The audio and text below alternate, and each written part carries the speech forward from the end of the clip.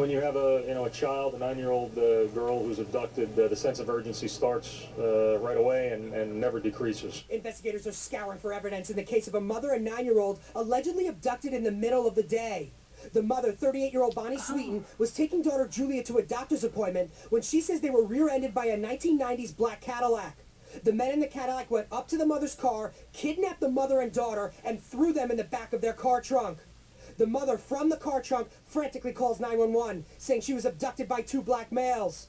Police have now located the family's Yukon Denali 20 miles from the abduction site and just 2 blocks from where a cell phone tower picked up the mother's phone. Right now, this is being treated as a kidnapping. Obviously, it's an adult and her 9-year-old daughter. The FBI is involved with the local police. Police are examining the car for clues, as an Amber Alert was issued for 9-year-old Julia, who has a distinguishing dime-sized birthmark on her forehead. We don't know their whereabouts. Police and the FBI are trying to find a mother and daughter who they believe were kidnapped. Authorities say 38-year-old Bonnie Sweeten called 911 on Tuesday, saying she was in the trunk of a Cadillac that had just hit her SUV. She and her 8-year-old Julia had been abducted, she told the dispatcher, by 2 men in the Cadillac. Police headed to the intersection where the crash and abduction allegedly happened, but they found absolutely nothing there. Pennsylvania State Police issued an Amber Alert. Sweeten continued to call 911, 7 times in all, say police. Twice, they spoke to her at length, but they still could not find her or Julia. They did, however, find a Cadillac with front-end damage and traces of silver paint consistent with Sweeten's SUV. No one was in the trunk. Police discovered Sweeten's SUV in downtown Philadelphia, far away from the site of the supposed crash and kidnapping. Still, mother and daughter are nowhere to be found.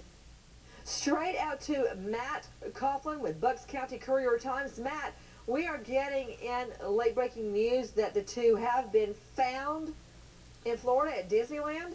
This is this is a story that's breaking as we speak. Yesterday afternoon the call came in and it came over as a kidnapping, but I guess that's no longer the case. We don't know yet, but we are getting reports that these 2 have been found, their identities not concealed, at Disneyland in Florida after all of this. To David Gambercorda with the Philadelphia Daily News. David, take me back to the beginning. What happened?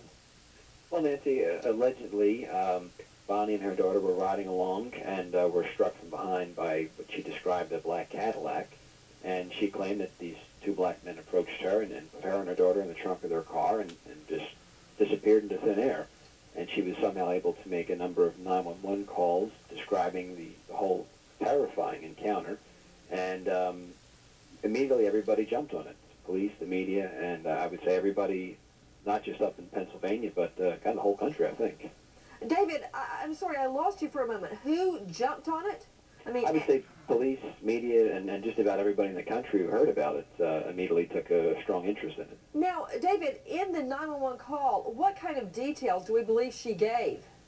Well, Bonnie supposedly ran through a whole scenario where her car was struck, and she and her daughter were placed in the trunk of this car, and she repeatedly stated that her daughter was with her, and they were riding around somewhere. She wasn't quite sure exactly where they were, and she gave the 911 operators instructions on how to get in touch with her husband. Okay, now she says, Matt Zarrell, that 2 black men, 2 black males, jump out of a 90s Cadillac, grab her and the daughter, throw them in the car trunk, right? Yes. Okay, blame the black man. It sounds like Susan Smith. Remember?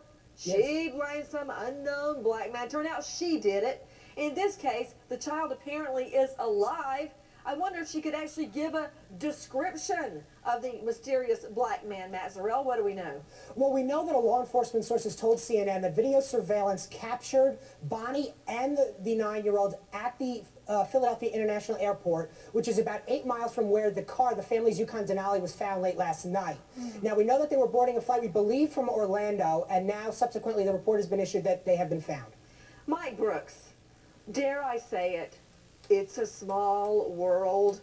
There at Disney World, hello, couldn't she at least dye her hair? Just something. Throw me a bone, Brooks. Nancy, this story stunk from the first time I heard it, especially when I heard that their car, their SUV, was found at 15th and Chestnut in downtown Philadelphia, 5 blocks away from where the cell phone call was made. Now, why did she wait that long to make the cell phone call? It was found at 2 a.m. The ticket on the car, somebody wrote a parking ticket, goes back to the afternoon.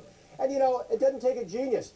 There are hundreds of cameras at the Philadelphia International Airport as well as Orlando. So, you know, this thing started to stink early on as far as I'm concerned, Nancy. Out to the lawyers, Susan Moss, Renee Rockwell, John Burris. If any, what charges is she looking at, John Burris? Well, at the very least, you should be charged with filing a false police report. Whoa, wait a minute. Go back to Burris. You're going, Absolutely. she shouldn't be charged. She's got a mental defect. Absolutely, That's what you normally say. But now suddenly she should be charged. And it was a hoax. It was a hoax, and it was a defilement. You know, look, You even defended Jennifer Wilbanks. Remember that? That nut job? She should be charged, period. You know, it's false. Well, you know what? False statements. You're my defense lawyer. I'm not paying you. If that's the best you've got to offer, what about it, Renee? Well, You're you not didn't ask getting me my about check. defense. You asked me what she should be charged. Well, normally you say she shouldn't be charged at all. Okay, go ahead, Renee. Hit No, me. I don't believe that. Not Nancy. what she says. No. I can tell you what would happen in Georgia, 1 to 5, and it's a felony for a false report of a crime. Come But on, also, wait, Renee, Jennifer Wilbanks, the runaway bride, all she had to do was cut grass. Yeah, well, she's got a felony on her record. But also, Nancy, Oh, doesn't boo-hoo, a felony on the doesn't- record. That hasn't stopped her from a book deal. Doesn't this also dissipate the effectiveness Eek! of these Amber Please take Alerts? Wilbanks' picture down for Pete's sake.